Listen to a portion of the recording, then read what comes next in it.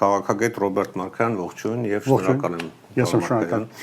Եվ այսպես Հայաստանի ներքաղաքական կյանք գիտեմ, որ շատ այդպես մոտիկից հետևում եք եւ նաեւ մեկնաբանություններ եք անում բազմաթիվ։ Հայաստանի իշխանությունը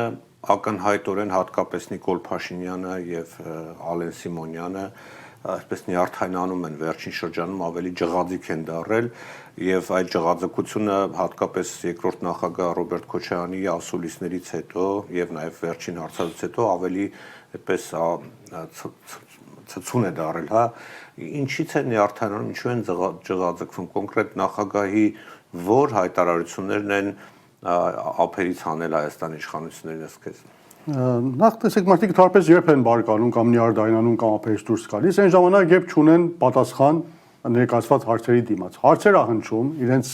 կոռուպցիայի, իրենց հետ կապված կոռուպցիայի, իրենց անվան հետ փոխկապակցված կոռուպցիայի մասին, կասկածներ, շշուկներ, վերջնաշով կա, չի կարելի դրանք շղթել, որ այդ հարցումները հասարակության կողմից կա, ընդդիմության կողմից կա։ Եթե կան հիմնական պատասխաններ, բնական պատասխան պիտի դինան, որ դուք այսպես տրամաբանորեն, ասպես չէ, այս բանը ասել է սխալ է, այսպես չի, սա սխալ է։ Այն ժամանակ ես սկսում նյարդայնանալ կամ ազգային ժողովում դիմացնիդ համբալ անվանել կամ չափերից դուրս գալ կամ այսպես Ալեն Սիմոնյանի նման գրառումներ կատարել Facebook-ում ուրիշներին մեղադրել, երբ չունես հիմնական պատասխան արդարանալու համար եւ այդպես ասած մթնոլորտը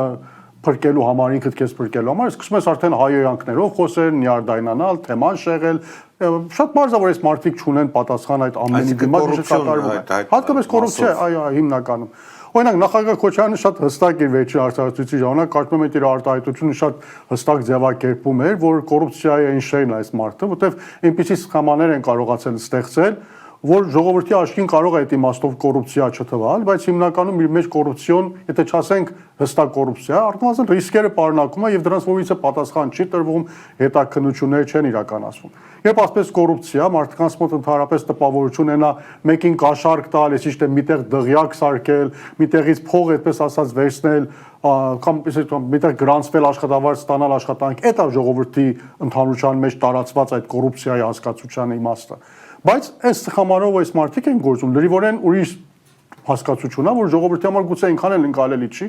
բայց մեկը դրա արդյունքում իրենք հարստանում են այդ օրինակ կոռուպցիայի սխեման կա, օրինակ այդ Անիֆի պատմությունը, որ բոլորս էլ արդեն գիտենք ինչպես աշխատել, ինչ ա եղել, ոչ մի մեղադրյալներ չկան, նախագահ Քոչարյանը շատ հստակ ասեց։ Երբ որ ասենք հիշանցիկ այդ սխեման կարողացել են այդպես ձևակերպել, որ դրսից ոչ մի բան չի երևում, բայց հիմնականում դա կա եւ գոյություն ունի, բոլորս էլ գիտենք, սկսած այդ մանկապարտեզները, ինչպես ասացին, դա մանր այդպես ասած թեյավճարներն ա, որ այդտեղ այդ կոռուպցիայի այդ շատ ավելի մեծ բաների հետո կարծում եմ մենք ականատես կլինենք, հատենք աշխանապողությունից հետո նախագահ Քոչարյանը կարծեմ, եթե չեմ սխալվում, ասաց, որ հավանաբար գուցե 1 տարվա ժամանակ պահանջվի, որ այս ամեն ինչը Երևան գա, հետո ժողովուրդի իրական պատկերը կտեսնենք իսկապես ինչ է կատարվում։ Նիկոլ Փաշինյանը թերևս այսօր ամենահարուստ մարդն է Հայաստանի։ Ես սպասենք տեսենք, կարծում եմ ապացուցվի շուտով այդ ամեն ինչը։ Իդեպ շատ միջանկյալ մի հարց, դուք էլ եք ինչ որ կոռուպցիոն դեպքերի մասին խոսել այստեղ Միացյալ Նահանգներում, կհիշեցնեք ինչի մասին է խոսքը։ Դա էլ էր իդեպ ջղաձգություն առաջացրել, բայց չեմ ուզում խորանանք այդ հարցի մեջ, բայց ինչի մասին է խոսքը, ինչ կոռուպցիոն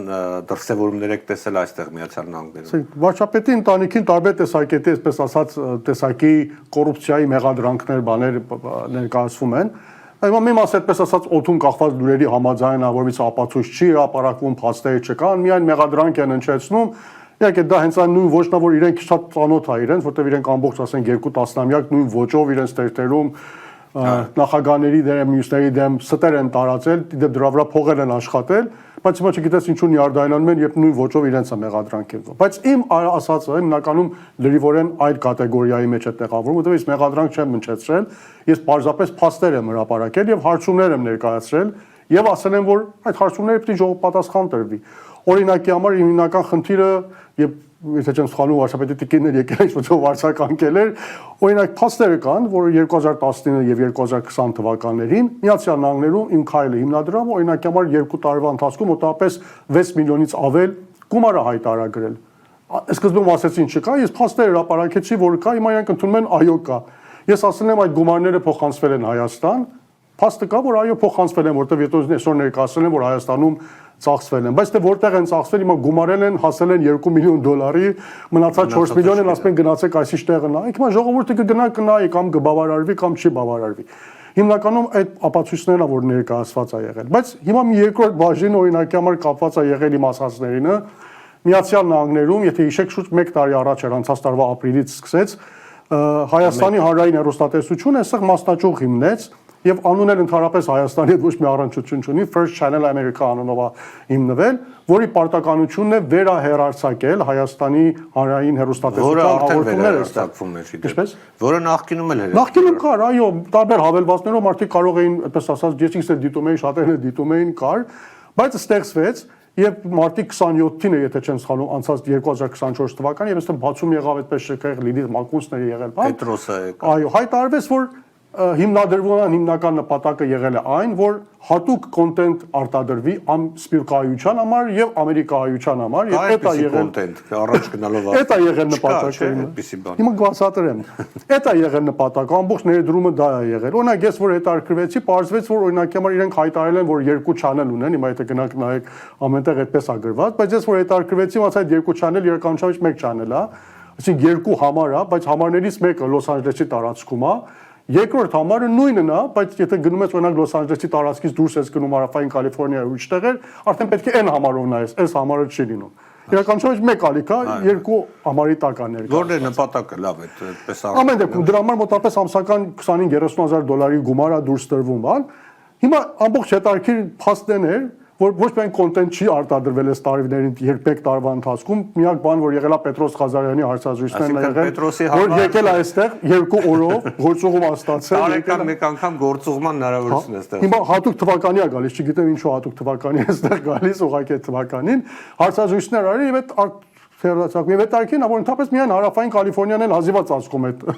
Միացյալ Նահանգները սպյուրք ընդհանրապես անիմաստ է։ Եվ ավելի այդտարքի փաստն է որ այդ հայրոստաընկերությունը գրանցված է իմ քայլը հիմնադրամի հասցեի վրա։ Այսինքն մի հատ պետական կառույց, որը պետական գումարներով է սնվում, եկել է մի հատ բարեգործական հիմնադրամ, որ փող կապակցված է վարչապետի կնոջ անվան հետ, նույն հասցեում է գրանցված, դրա փաստերը կա, այսինքն սա հասկանալի է։ Եվ գործադիր տնօրեն եւ ֆինանսական տնօրենը, ով ասենք իմ քայլի հիմնադրամի ֆինանսական տնօրենն է, առանց որևէ համապատասխան որակում ունենալու կամ մասնագիտություն ունենալու, ասենք management-ի հեռուստատեսության ոլորտում միանգամից որտեղից որտեղ նշանակվում է այս հեռուստաընկերության օրինակ տնօրեն, բաժնի եւ առանց որևիցե բան անելու համար ԿՊ-ականի քույրը, եթե չեմ։ Այո, Արաքսի Սիմիդյան, որ լինում է Հակոբ Սիմիդյանի քույրը, շրջական իսկ աշխատավարձ ստանում են նա։ Ինչպես։ Աշխատավարձ ստանում։ Ես ոչ միտեղ չեմ ասել, որ իմ քայլի հիմնադրամից ինքը աշխատավարձ է ստանում, անկեղծ չի ստացել, մեկ սենտել չկա գրանցված, բայց հմեկից այո, ստանում է։ Ամսական գումար չասել։ Գրապարակ եմ ասել, նոր փաստեր կգան։ Նախագահ Քոչարյանը խոսեց նաև Հայաստան հիմնադրամի մասին, մենք հիշում ենք, չէ, պատերազմի օրերին ինչքան գումար էստեղ հավաքվեց, մարդիկ նույնիսկ իրենց տաները վաճառեցին եւ կամ գրավադրեցին, փող ուղարկեցին Հայաստան, $100 միլիոն պակասում է։ Սփյուռքում սկզբից այդպես շատ մեծ արձագանքներ եղավ, բայց հետո կարծես բոլորը մոռացան դրա մասին։ Հիմա սկսեց ինչ մարդիկ հետաքրքրված են իմանալու թե ինչ եղավ իրենց փողերի։ Չեմ կարծում մոռացվել է, արձագանքը կա, վերջին, այսինքն դրամավակ, որ եղավ անցած նոյեմբերին, եթե նայեք, կարծում եմ ամբողջ արձագանքը դուք այդտեղ տեսնում եք հավաքված գումարների մեջ, այսինքն տարվանից հետո այլևս այդ հետաքրքրությունը, որ այս ֆոնդին Հայաստան համայնքական հիմնադրամի նկատմամբ կա, ցավոք սրտի նախկինում գոյություն չունի, որտեղ քաղաքականացվեց հենց օրվա իշխանությունների կողմից այսօրվա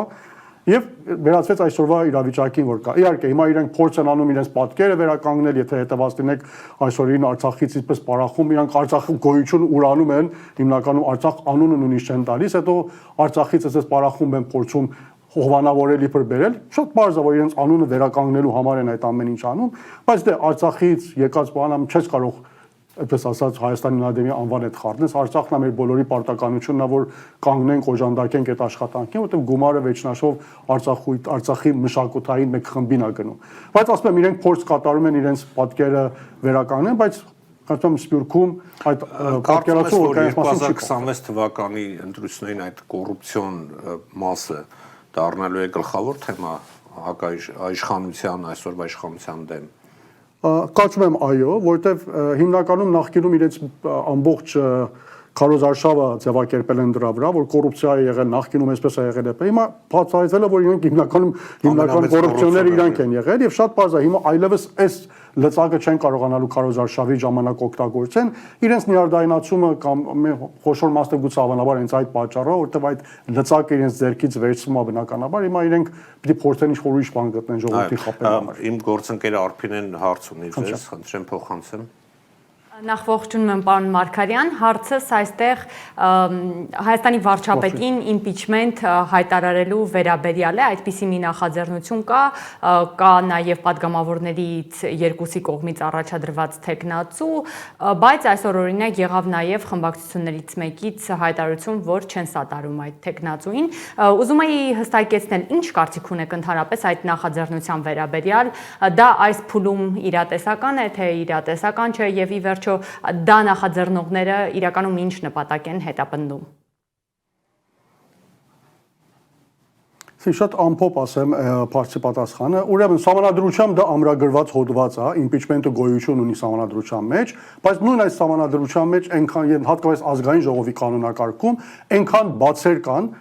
եւ տողատակեր կան, որ հիմնականում եւ գործնականում թույլ չեն տալիս որևիցե իշխանության impeachment ենթարկել ազգային ժողովում, հատկապես եթե այդ գործող իշխանությունը այսօրվա իշխանության որակի իշխանությունն է, որը մեկ կուսակցության այդպես ձևաչափով է ձևակերպված ազգային ժողովում մեծամասնություն ունի, հիմնականում շատ դժվար է impeachment-ի ենթարկել, որտեղ իրենք ունեն բազմաթիվ հնարավորություն դա կասեցնելու համար։ Հետաբար գործնական փուլում ամեն դեպքում, ինչպես որ նախագահ Քոչարյանն էլ ասեց, գրեթե 0 է այդ նախաձեռնության շանսը, որ կարողանա հաջողության հասնել։ Հետաբար եթե 0-ական է այդ շանսը, որ կարող է հաջողության հասնել, հիմնականում սկսելն էլ է անիմաստ դառնում, այսինքն այդ ստորագրություններ հավաքելը, նախաձեռնությունը սկսելը անիմաստ է դառնում։ Իսկ եթե որոշները սկսում են փորձել խոսել ստորագրություններ հավաքելու մասին, նախաձեռնությունը սկսելու մասին, վստահ լինելով, որ երկրորդ բաժին իրականություն չի դառնալու, հետաբար իրենց հիմնական նպատակ հենց առաջին բաժինն է եւ հիմնական այդտեղ է կենտրոնացված, հիմնականում impeachment ենթարկելու խնդիր էլ չկա։ Եվ կարծեմ խմբակցությունների հայտարարությունը շատ հստակ էր, Հայաստան դաշինքը շատ հստակ կերպով իր դիրքորոշումը ճշտեց, որ իրենք դեմ չեն, քանի որ դա սահմանադրական հոդված է, որովհետեւ մեկը չի կարող սահմանադրության դեմ գնալ, բայց նախապայմաններ կա դրա իրականացման համար։ Անհրաժեշտ ստորագրությունները հավաքեք, փողոցի ճնշում որ լինի, քաղաքական պատասխանատվությունը վերցրեք, որ եթե չհաջողեցիք դուք եք պատասխանատու, իրենք շատ հստակ ասեցին, որ մենք կստորագրենք։ Բայց մյուս խմբակցությունը, որ պատիվ ունեններ, ասեց, որ իրենք առանց նախապայմանների կմասնակցեն այդ նախաձեռնությանը, բայց տեսանք հենց որ տեխնացու ներկայացվեց երկու նախկին քպականների կողմից, իրենք շղթեցին իրենց նախկին այդ հայտարարությունը, երկեցին եւ ասեցին իման սկսեցին նախապայմաններ դնել, որ չեն մասնակցելու։ Հավանաբար չէին ենթադրել, որ այդ երկուսի կողմից նախաձեռնություն է լինելու, երբ Հովիկ Աղազարյանը ասավ, որ իրենք impeachment կանեն, շատերը պատկերացրեցին իր մոսկովյան այդ ընկերոջ նման դա էլ ինչ-որ բլեֆ է, վաղը տեխնատու չեն ունենալու ով է գալու կանգնել, բայց երբ որ Էդմոն Մարուկյանը եկավ, արդեն իրավիճակը փոխվեց եւ ես կարծում եմ դա հենց Իղականի այսօրվա իշխանությունների խաղն է impeachment-ը ձախողեցնելու համար, որտեղ կտանեն կմցնեն ազգային ժողով, փորձեն ստորագրություն հավաքել,